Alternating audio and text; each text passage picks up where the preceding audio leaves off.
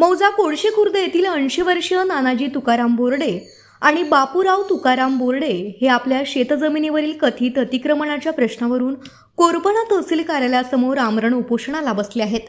सर्वे क्रमांक 58 संदर्भात 23 मार्च 2023 रोजी झालेल्या शासकीय मोजणीचा दाखला आणि कप्रत नकाशा उपलब्ध असल्याचा दावा शेतकरी कुटुंबाने केला आहे।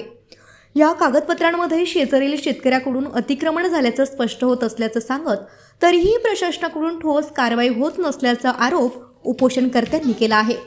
बोर्डे कुटुंबांच्या म्हणण्यानुसार मोजणीची अधिकृत कागदपत्र उपलब्ध असतानाही त्यांच्या शेताच्या पूर्वेकडील बाजूस तारांचं कुंपण उभारण्यात आलं। यासाठी पोलीस बंदोबस्ताचा वापर झाल्याचा आरोपही करण्यात आला आहे। या संपूर्ण प्रकरणात संबंधित मोजणी अधिकारी, तलाठी आणि महसूल यंत्रणेतील अधिकाऱ्यांची भूमिका संशयाच्या भोवऱ्यात असल्याचा दावा करत निष्पक्ष चौकशी करून दोषींवर भारतीय न्याय संहितेनुसार कारवाई करण्याची मागणी करण्यात आली आहे। विशेष म्हणजे कुंपण हटविण्यासाठी 10 जुलै 2023 रोजी तहसील कार्यालयात अर्ज करूनही दीर्घकाळ कारवाई झाली नसल्याचा आरोप कुटुंबियांनी केला आहे।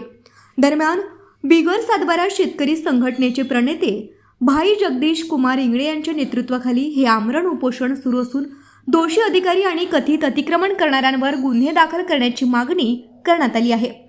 पोलीस अधीक्षक चंद्रपूर आणि उपविभागीय अधिकारी राजुरा यांच्याकडेही दाद मागण्यात आल्याचं शेतकरी कुटुंबियांनी सांगितलं।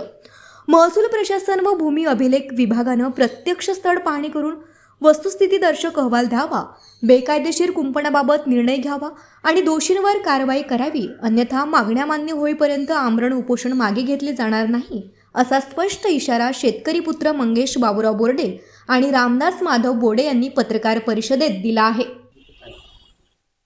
गट नंबर मौजे कोळशी तालुका कोरपणा येथील गट नंबर 58 मध्ये बापूराव तुकाराम बोर्डे, नानाजी तुकाराम बोर्डे यांचा हा वडिलोपार्जित मूळ त्यांची जमीन आहे। गट नंबर 58 मध्ये यांनी 2023 ला सीमा निश्चित करून शासकीय मोजणी करून यांच्या सीमा निश्चित झाल्या होत्या आणि तार कंपाऊंड केलं आपल्या शेतीच्या संरक्षणासाठी।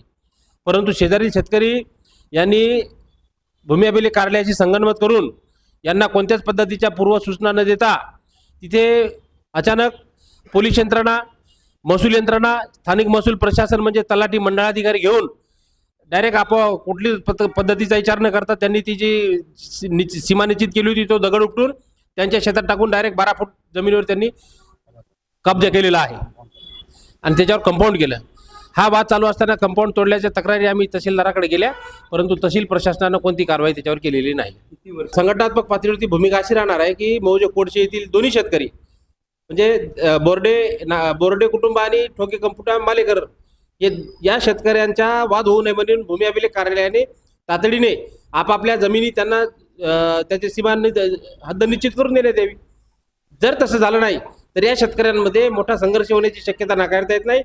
शेतकरी जरी वयोवृद्ध असले तर परंतु त्यांचे नवीन पिढीचे जे लोक आहेत त्या लोकांना जास्त सहन होत नाही।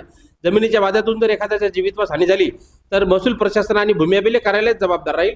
तर असा अनर्थ होऊ नये म्हणून एक प्रामाणिकपणे आमची महसूल प्रशासन आणि भूमी अभिलेख कार्यालयाकडे मागणी आहे, आपापल्या जमिनीच्या हद्द त्यांनी स्वतः कायम करून देण्यात यावी। बिगर सातबारा शेतकरी संघटनेच्या मार्गदर्शक तत्वानुसार संघटना म्हणून माझी भूमिका अशी राहील की शेतकऱ्याचा वाद झाला नाही पाहिजे। आज जो बोर्डे कुटुंब आणि ढोके परिवारामध्ये वाद चालू आहे हा केवळ भूमी अभिलेख कार्यालयाच्या चुकीच्या वागणुकीमुळे, चुकीच्या धोरणामुळे, चुकीची मोजणी झाल्यामुळे वाद निर्माण झालेला आहे। तर हा या शेतकऱ्यांमध्ये कोणताच प्रकारचा वाद नाही, परंतु हा जो वाद भेटला तर केवळ भूमी अभिलेख कार्यालयाच्या चुकीच्या मोजणीमुळे भेटलेला आहे।